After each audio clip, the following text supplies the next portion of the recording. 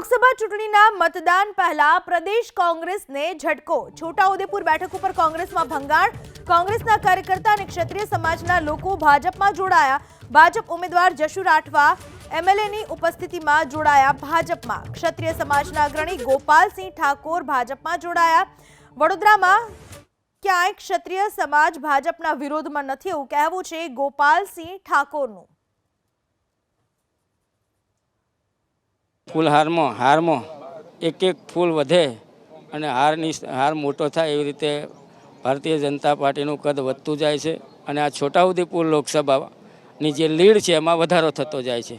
જે લોકો કોંગ્રેસમાં હતા અને ભારતીય જનતા પાર્ટીમાં જોડાઈ રહ્યા છે ત્યારે આદરણીય દેશના વડાપ્રધાન નરેન્દ્રભાઈ મોદી સાહેબ જે પ્રકારે કામ કરી રહ્યા છે એ પ્રકારે વિકાસ યજ્ઞ ચાલી રહ્યો છે એમાં સહભાગી થવા માટે જે કોંગ્રેસના કાર્યકર્તાઓ જોડાય છે એમનું અમે હૃદયપૂર્વક સ્વાગત કરીએ છીએ। ક્ષત્રિય સમાજ પહેલેથી જ મૂળભૂત ભાજપની સાથે જોડાયેલો છે અને હાલ પણ જે કોઈ સામાન્ય કંઈ વાતો બની છે એના લીધે કોઈ અસંતોષ ઊભો થયેલો છે, પણ વડોદરા અને વડોદરા ગ્રામ્યમાં આ પ્રકારનો કોઈ માહોલ છે નહીં અને તમામ ક્ષત્રિય સમાજ ભાજપની સાથે જ છે। કોંગ્રેસને મૃતપાય હાલતમાં છે એને ફટકો મારવાની જરૂરત જ નથી, પણ જે કે અમારા હતા અને કંઈક મંદુક થવાથી એ સામે ગયા હતા।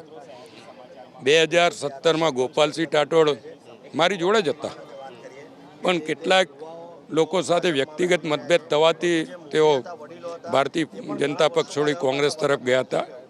2012 સુધી સુખદેવભાઈ પાટણવાડિયા પણ ભાજપમાં હતા, પણ 12માં કંઈક વ્યક્તિગત પ્રોબ્લેમ થવાથી તેઓ કોંગ્રેસ પક્ષ જોડે ગયા હતા। હવે બંને પાછા પરિવારમાં જોડાઈ રહ્યા છે। સુખદેવભાઈ પાટણવાડિયા એક જિલ્લા કોંગ્રેસના ઉપપ્રમુખ છે, ગોપાલસિંહ ઠાકોર જિલ્લા કોંગ્રેસમાં મહામંત્રી છે અને બંને મતભેદ ભૂલીને પરિવારનો ફરી ભાગ બની રહ્યા છે। હું બંનેને આવકારું છું અને પરિવારના મોભી તરીકે બંનેને અભિનંદન આપું છું અને બંનેનું માન સન્માન જળવાશે એવી ખાતરી પણ આપું છું।